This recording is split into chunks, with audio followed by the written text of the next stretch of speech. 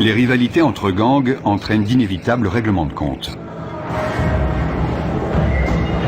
Les nouveaux venus sont particulièrement vulnérables, car ils n'ont pas encore de repères et doivent faire leurs preuves. Dès qu'un incident survient, une alarme est déclenchée. Pour éviter que la situation dégénère, les agents de sécurité interviennent rapidement. Vous êtes blessé? Non, non. Non? C'était quoi le problème? Rien. Allez! Non, non. C'était sûrement pas pour rien. Non.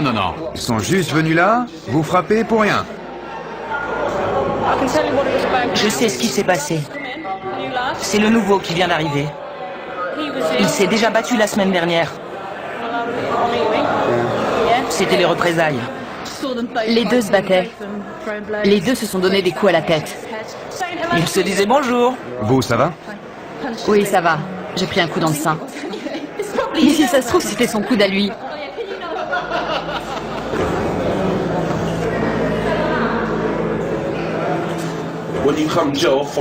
Quand on vient de la rue et qu'on arrive en prison, c'est encore plus violent que dans la rue, parce que tous les mecs de la rue sont réunis au même endroit. C'est pire. J'ai grandi au milieu de la violence et j'aimais pas vraiment ça, mais en maison de redressement, on voit beaucoup de violence, alors on s'habitue. Et puis on finit même par aimer ça. Si je te connais, si je sais avec quel gang tu traînes, dès que je te vois, je t'éclate. Et si je sais que t'as planté un de mes potes, je te fais la même chose. Donc vous surveillez constamment les nouvelles arrivées dans votre bâtiment. Ouais. Ils en ont mis dans l'LC, juste à côté. Si je les croise, je les défonce direct. C'est clair. Le quotidien en prison, c'est pas la joie. Vous pouvez être le mec le plus balèze avec la plus grosse réputation, il faut quand même surveiller vos arrières. On est tout le temps parano, tu vois. On est sur nos gardes tout le temps, on surveille les autres. On est tous des criminels ici. Comme je l'ai dit, des fois mon but c'est de faire mal à quelqu'un. Des fois je me réveille le matin et je suis pas d'humeur pour ça. Sérieux. Mais des fois je me dis que je vais lui mettre la raclée de sa vie. Je me dis, quelle différence ça fait. Je sais qu'il me reste que 10 mois à tirer, mais autant aller lui régler son compte. Au cours de leur période d'intégration, avant d'être installés, on propose aux détenus de travailler ou de suivre des cours.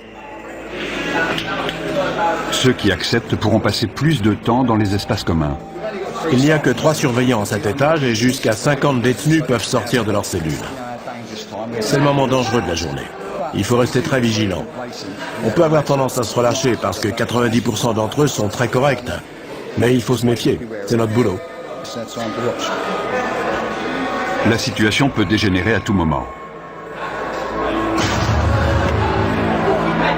Caspian et 2 nouveaux arrivants ont forcé le passage pour s'introduire dans une cellule.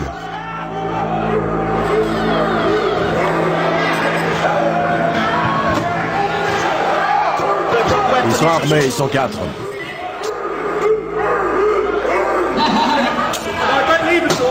Les détenus ont barricadé la porte. Les surveillants ne peuvent pas entrer. Je veux voir tous les détenus dans leur cellule.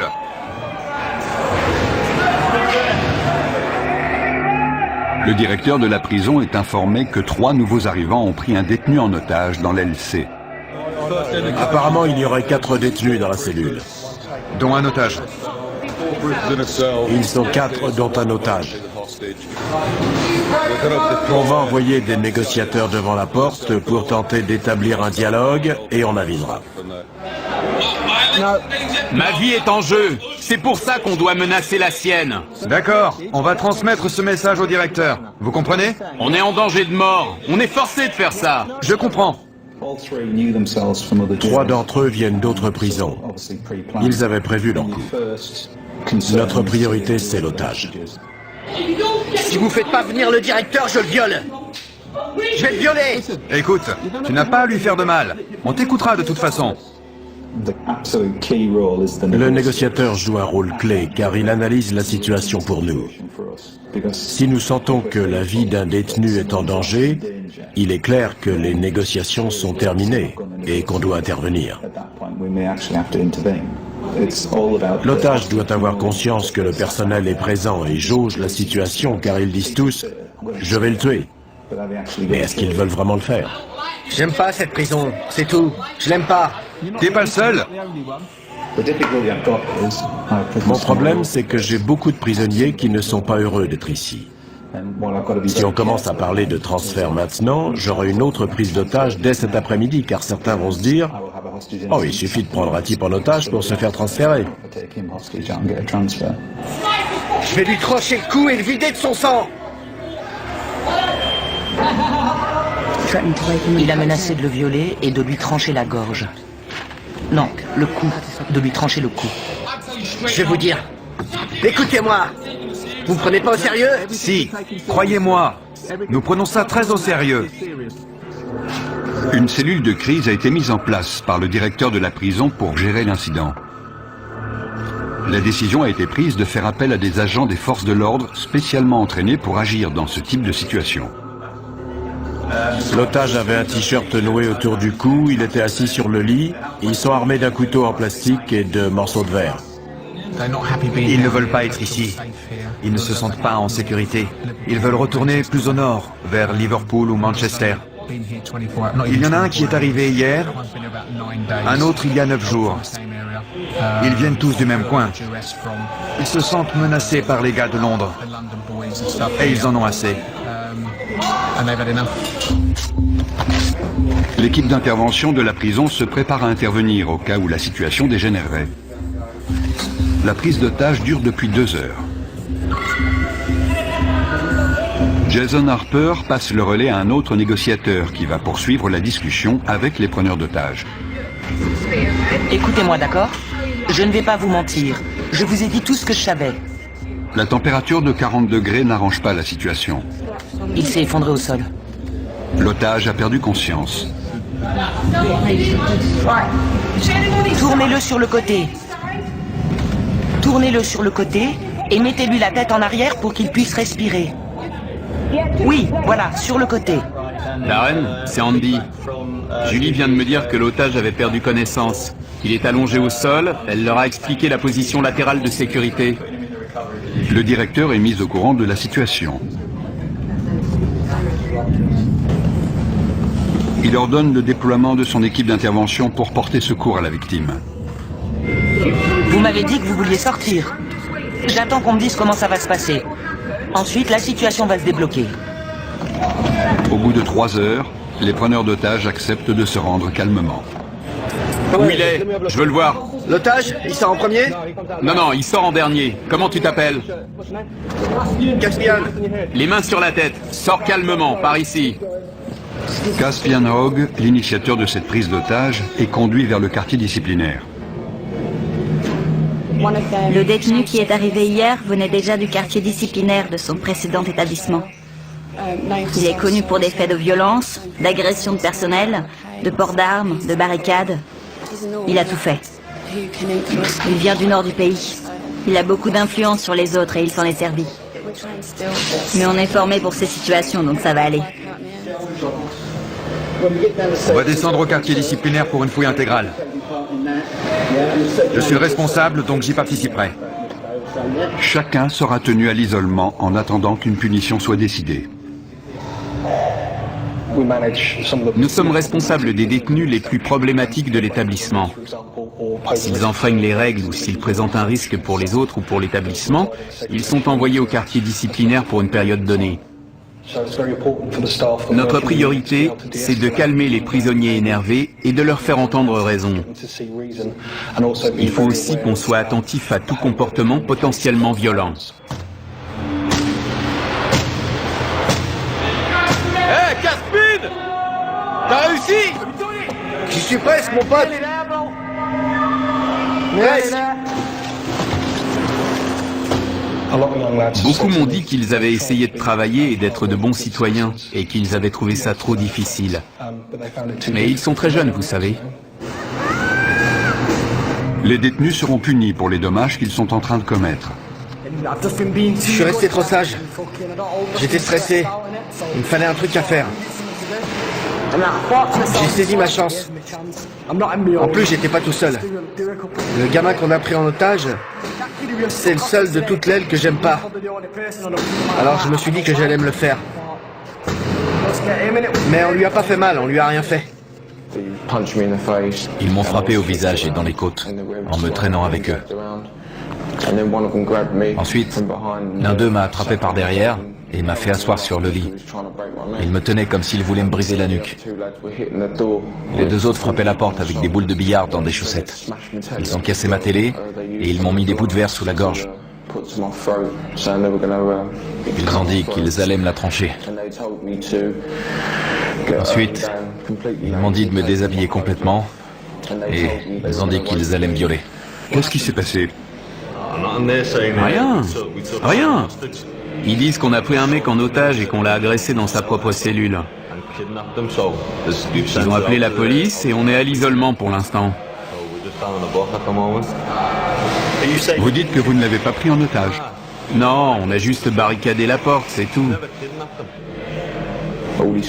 J'ai toutes ces pensées qui ont défilé dans ma tête. Je savais pas si j'allais en sortir vivant. Je connaissais pas ces mecs. C'était le truc le plus flippant de ma vie. Pourquoi vous avez fait ça? Franchement, j'ai pas eu de visite depuis 6 mois, depuis qu'ils m'ont mis ici. J'essaie de retourner dans le Nord.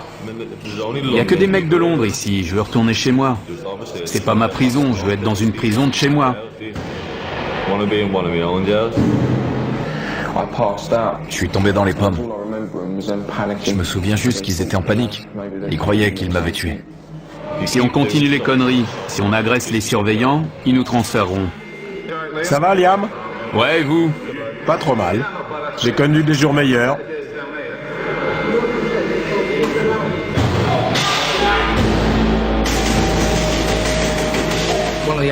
Un des détenus a inondé sa cellule. Il est armé. Il a cassé le manche de son balai. On lui a demandé de nous le remettre. On va le déplacer dans une cellule où il n'y a pas d'eau. C'est trop court. Il doit lui en rester. Le détenu a jeté les morceaux de manche à balai dont il se servait comme arme. C'est trop court. Pourquoi vous avez gardé ce morceau, hein? Je vous avais dit de tout jeter. Reste sur le côté. Déverrouille la porte et je la pousserai. Reculez vers nous. Doucement.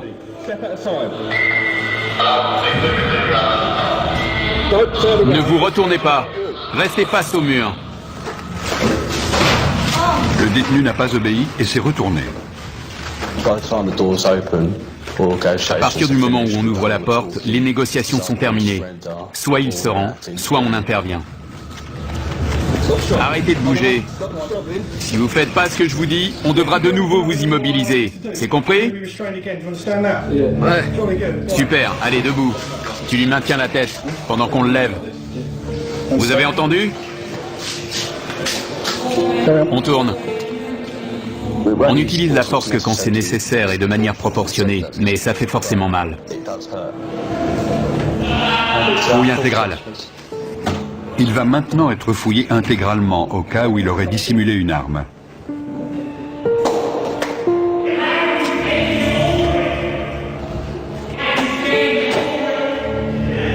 Retournez-vous. Bande d'enflure. Vous avez des réclamations à faire sur la façon dont on vous a traité? Non, ça va. Non? D'accord.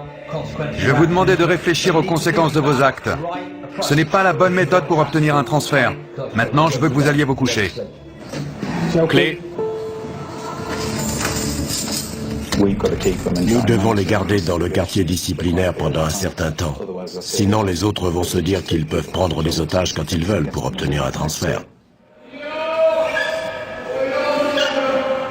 Des détenus de confiance nettoient les dégâts causés par les preneurs d'otages. J'ai choisi la voie la plus facile.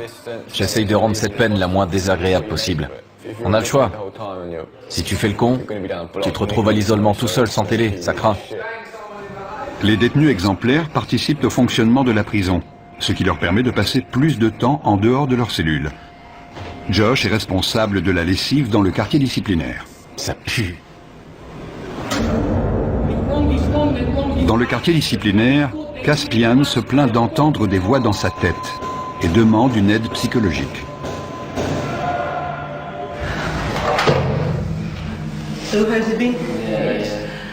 Je dois déterminer si vous êtes du genre manipulateur. Manipulateur? Si vous aimez titiller les gens et les énerver pour prendre l'avantage. Non, sérieux. Je risque de vous poser des questions qui vont vous énerver. Ouais. Vous avez le droit d'être en colère. Ce que vous n'avez pas le droit de faire, c'est être violent. Mais je suis un type violent, madame. Regardez mon dossier. Depuis mes 11 ans, je suis traîné de foyer en foyer et je suis incontrôlable. À 11 ans, j'ai arraché le torse d'un type avec mes dents. J'ai mordu une meuf à l'oreille. On a toujours dû me maîtriser. J'ai toujours le même sentiment.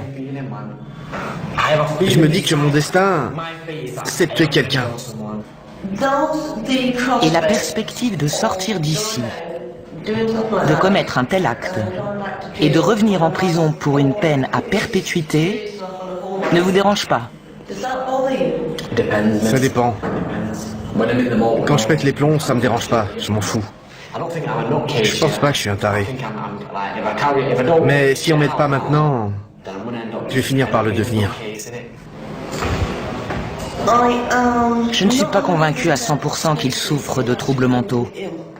Il souffre de troubles émotionnels, ça c'est sûr. Car non seulement il a des pensées violentes, beaucoup de gens en ont, ce n'est pas idéal, mais ce n'est pas un drame, mais il prend plaisir à être violent, ce qui alimente ses pensées et ses fantasmes. Je pense que son comportement pourrait le conduire au meurtre.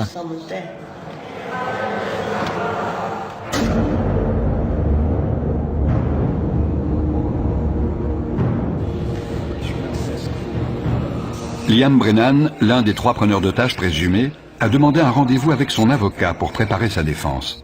Vous voulez juste le choper dans sa cellule et fermer la porte. Mon rôle n'est pas de minimiser le délit, mais d'essayer de comprendre pourquoi et comment c'est arrivé, et quelle a été ton implication. Tu ne peux pas dire, c'est pas moi, j'ai rien fait. Ça, il te croira jamais. Écoute, différentes peines sont envisageables. J'espère que le juge optera pour des jours supplémentaires. J'ai pas le droit à l'erreur. J'avais pas parlé à ma femme et à mon gosse depuis 1 an. Elle m'a recontacté il y a quelques jours et je lui ai dit que je sortirais le 11 décembre. Les services pénitentiaires ont décidé de ne pas poursuivre Liam. Il se retrouve donc en commission de discipline. Asseyez-vous, monsieur Brennan. Je suis juge, je n'ai aucun lien avec cet établissement, vous comprenez? Oui. Vous êtes représenté par monsieur Ahmad, c'est exact? Oui, monsieur le juge. Pouvez-vous vous identifier, s'il vous plaît? Jason Harper. Vous serez le témoin de cette affaire? Oui. Il est dit que le 29 mai, vous avez retenu une personne contre son gré. Coupable ou non coupable? Non coupable. Monsieur Ahmad? Qu'avez-vous vu monsieur Brennan faire exactement? Il a passé beaucoup de temps à la porte avec moi pour m'expliquer leurs intentions.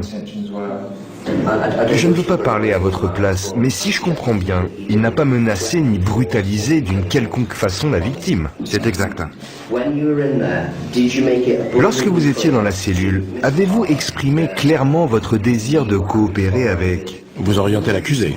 Oui, monsieur le juge. Ne le faites plus. Vous connaissez la loi et la notion de complicité. C'est comme le chauffeur du véhicule qui attend les braqueurs de banque. Il se rend coupable de vol même s'il n'a pas pénétré dans la dite banque.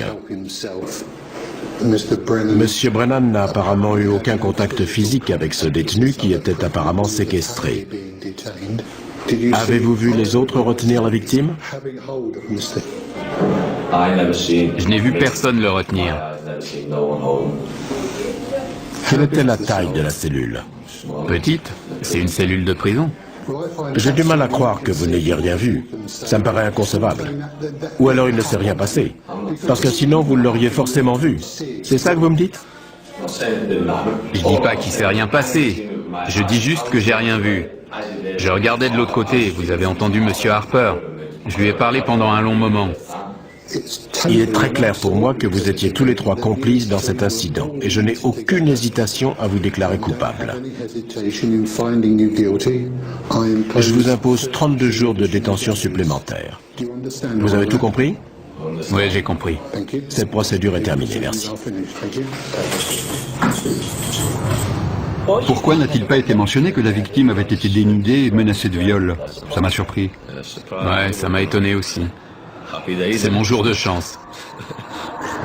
L'agression n'a pas fait l'objet d'une poursuite pénale car la victime a eu trop peur pour témoigner. Dans le quartier disciplinaire, tous les privilèges, y compris la télévision, sont retirés.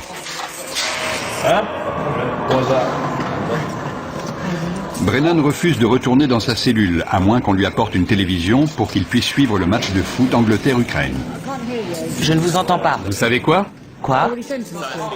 Je suis coincé ici 2 semaines sans télé, donc je m'en fous de m'attirer des ennuis.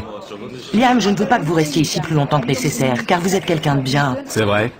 Je peux vous proposer des activités, de la peinture, ou alors vous pouvez demander des cours.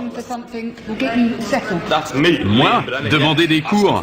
J'ai pas suivi de cours depuis mes 11 ans, demander des cours? J'ai pas envie de me pendre. Michel Morris parvient enfin à convaincre Brennan de rejoindre sa cellule. Pour sa participation à la prise d'otage, Caspian est condamné à 38 jours de détention supplémentaire. Caspian, c'est votre dernière chance d'obtempérer. J'ai dit non. Les surveillants tentent de le raisonner, mais il refuse de retourner dans sa cellule. Il sera envoyé dans le quartier disciplinaire jusqu'à ce que le directeur estime qu'il est capable de rejoindre les autres détenus. Caspian, si tu ne suis pas nos instructions, on t'immobilisera de nouveau. D'accord? Personne n'est au-dessus du système. Il y a des règles, des procédures, des lois à suivre, que vous soyez un détenu ou un surveillant. Personne n'est au-dessus de ça. Debout. Debout. Caspian, par ici. Il n'y a qu'à l'extérieur qu'on peut considérer ces jeunes de 18 ans comme des adultes. Beaucoup n'ont pas la maturité d'un adulte. Ils sont très influençables et peuvent s'attirer des ennuis. Entre là-dedans. Je vais demander à l'infirmière de venir te voir.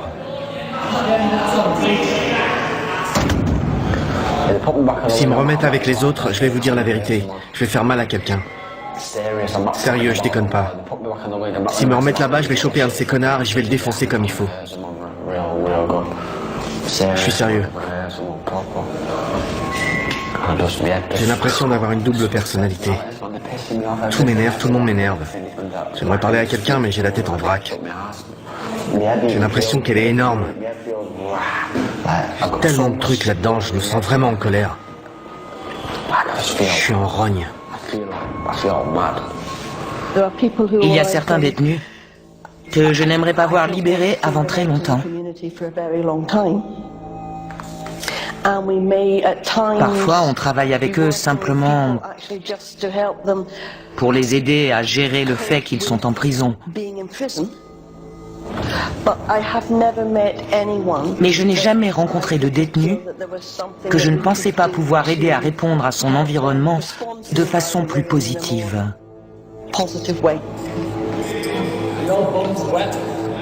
L'état mental de Caspian Hogg continue d'être surveillé. De quel autre traitement pensez-vous avoir besoin? Est-ce que vous pensez que je peux faire autre chose pour vous aider? Non, rien. Il n'y a rien d'autre que vous puissiez faire. Pensez-vous que vous avez besoin d'apprendre à contrôler vos émotions? Non, je crois pas. Je connais mes émotions et je crois plutôt que j'en ai pas assez. J'essaie de pleurer, mais j'y arrive pas. Je peux pas pleurer. Sauf des fois, ça vient sans prévenir, ça arrive. Vous voyez de quoi je parle? Je pleure pas quand il se passe un truc triste. Ça m'arrive même de rire. Pour vous, est-ce plus normal de penser à ce que ressentent les autres ou de ne pas y penser? Ça dépend des moments. Là, c'est moi, je suis là, je vous aime bien, vous me comprenez. Mais si vous tombez sur moi un autre jour, quand je suis en mode furieux, je vois des choses différemment, tout est en vrac. Je pense comme un psychopathe. Quand j'étais gosse, j'ai jamais voulu devenir policier ou ce genre de truc. Déjà, quand j'avais 8 ou 9 ans, j'ai toujours voulu tuer des gens. Mon père s'est fait assassiner quand j'avais 6 ans, c'est un truc de dingue, quoi.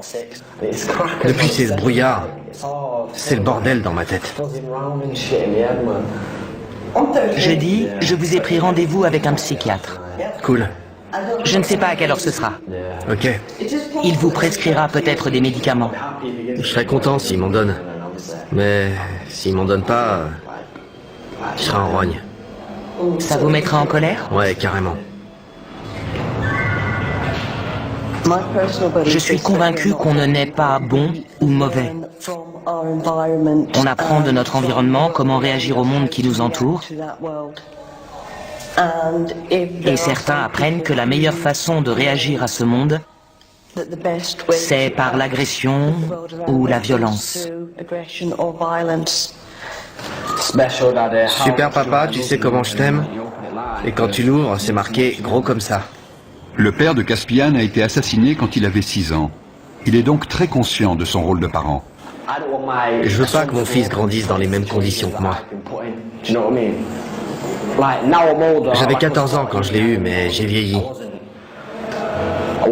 À l'époque, j'avais pas toute ma tête. Je faisais que fumer de l'herbe, voler, j'étais débile.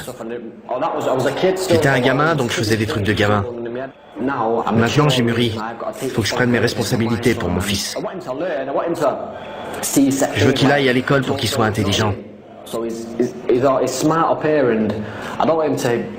veux pas qu'il finisse comme moi dans la rue ou en prison. Qu'il soit obligé de commettre des crimes.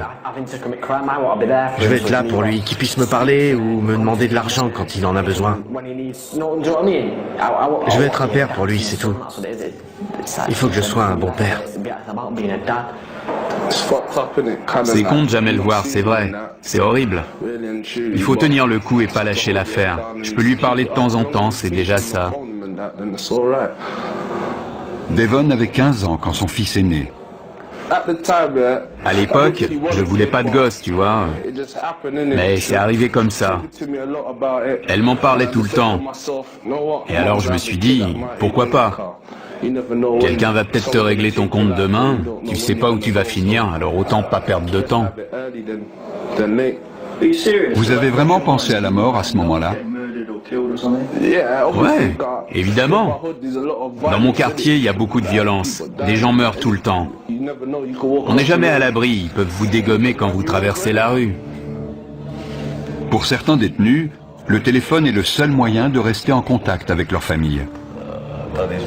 Ouais, tu me manques, bonhomme. Non, tu peux pas venir me voir. Papa est occupé. Papa nourrit des animaux. Je sais pas comment ça se met. Je veux pas que ça lui tombe dessus. Dans la chapelle de la prison, Josh se prépare pour la fête des pères. Exceptionnellement, les détenus exemplaires sont autorisés à passer du temps avec leurs enfants. Je peux jouer avec lui? On peut se rouler tous les deux par terre, je peux lui courir après. Une fois, il voulait que je vienne l'attraper, mais je pouvais pas aller plus loin.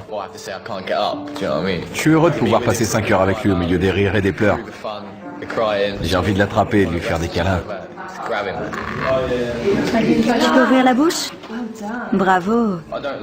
Ça me plaît pas de le voir se faire fouiller, mais je préfère avoir cette relation avec lui. J'ai de bonnes raisons de changer. J'ai un gosse et une fiancée, une famille qui a besoin de moi. Pour être honnête, si j'avais pas ma famille, je me serais sûrement pas comporté aussi bien. Viens là, mon grand. Ils ont besoin de moi. Ils comptent sur moi pour sortir d'ici. Où elle est, ta cape? Tu fais ton timide? Si je me comporte bien, je retrouverai ma famille. C'est simple. Si je joue le jeu, je gagne tout. Sinon, Je perds. Comment ça va, ma belle? Oh, arrête.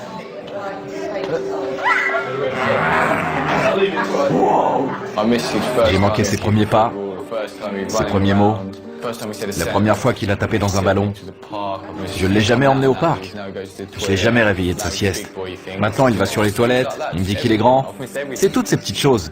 J'ai tout manqué. Je veux être là pour le border le soir, pour me réveiller avec lui. La nuit, il vient dormir avec sa maman. Je veux être là quand il fait ça.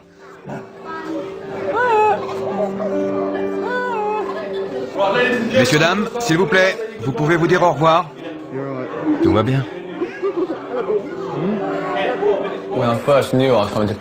Quand j'ai su que j'allais en prison, je pensais qu'elle allait m'oublier. J'avais 18 ans. Et on était ensemble depuis 2 ans et demi.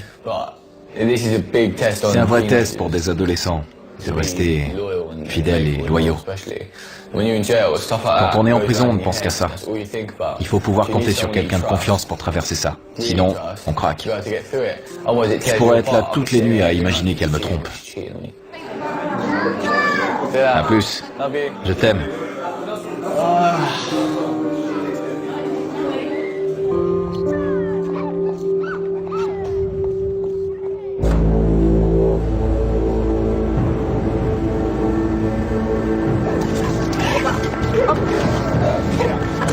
Des chiens de détection arrivent à Aylesbury pour y rechercher de la drogue ou des objets de contrebande. Il y a beaucoup de dealers en prison, et ça ne risque pas de s'arrêter. Il y a de l'argent à se faire. Les téléphones portables sont aussi un problème sérieux. C'est pour ça que les chiens sont capables de les trouver. Ils peuvent être utilisés pour planifier des évasions ou tout autre type d'événement. On fouille des cellules tous les jours. Et tous les jours, on trouve des choses. Sortez de votre cellule. Quand ils voient les chiens, certains se précipitent pour cacher leur matériel. On demande aux détenus de sortir de leur cellule pour que les chiens puissent travailler tranquillement. C'est n'importe quoi, il va renifler partout. Comment savez-vous qu'il a trouvé quelque chose? Il s'immobilise et pose son nez sur l'endroit concerné. Si c'est hors d'atteinte, il reste assis et regarde dans la direction de l'objet.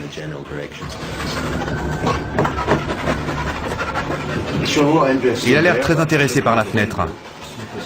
Je vérifie s'il n'y a rien à l'extérieur. Il a peut-être senti une odeur de joint qui venait de la rue. Il reste concentré sur la zone autour de la fenêtre et du lit.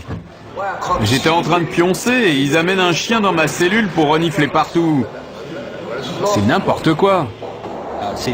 Notre équipe fouille la cellule pour essayer de trouver ce que le chien a senti.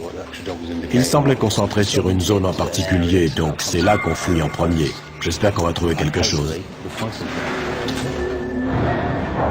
Les chiens poursuivent leur inspection des cellules. Ça sent dès qu'on l'ouvre. Il a fumé dans sa cellule, c'est sûr. Le chien va nous dire si la drogue est encore là. Oui, ça sent. Il y a de la drogue et des téléphones partout dans la prison. Avant, tout le monde planquait ça dans le meuble de l'évier en retirant les vis avec un coupe-ongle ou un truc dans le genre. Je vous en dirai pas plus. Avec un téléphone, on peut appeler qui on veut, envoyer des textos, parler à sa chérie le soir, vous voyez ce que je veux dire. On peut dire ce qu'on veut, gérer ses affaires, son fric, tout ça. Vous avez déjà eu un téléphone ici? Ouais, mais c'est trop de pression. On devient parano. Ils finiront toujours par le trouver. La première fois, on est là, ouais, ils le trouveront jamais. On se croit le plus fort, et puis ils finissent par en trouver un chez un mec, et là, tu peux être sûr qu'ils vont le faire parler. La semaine d'après, boum, un autre passe à table. On n'est jamais tranquille parce qu'ils savent tout ce qui se passe ici. Ils cachent parfois leurs affaires au fond de leur poubelle. Ils croient qu'on va pas les fouiller parce que c'est dégoûtant. Des cartes SIM, des téléphones, il y a tout. On a toujours un cran de retard parce que dès qu'on trouve quelque chose, ils cherchent une autre cachette. Une antenne cassée, ça peut servir d'arme. Il en a plus besoin, on l'apprend. Ils aiment regarder des images, évidemment. Je veux pas savoir ce qu'il fait avec ça.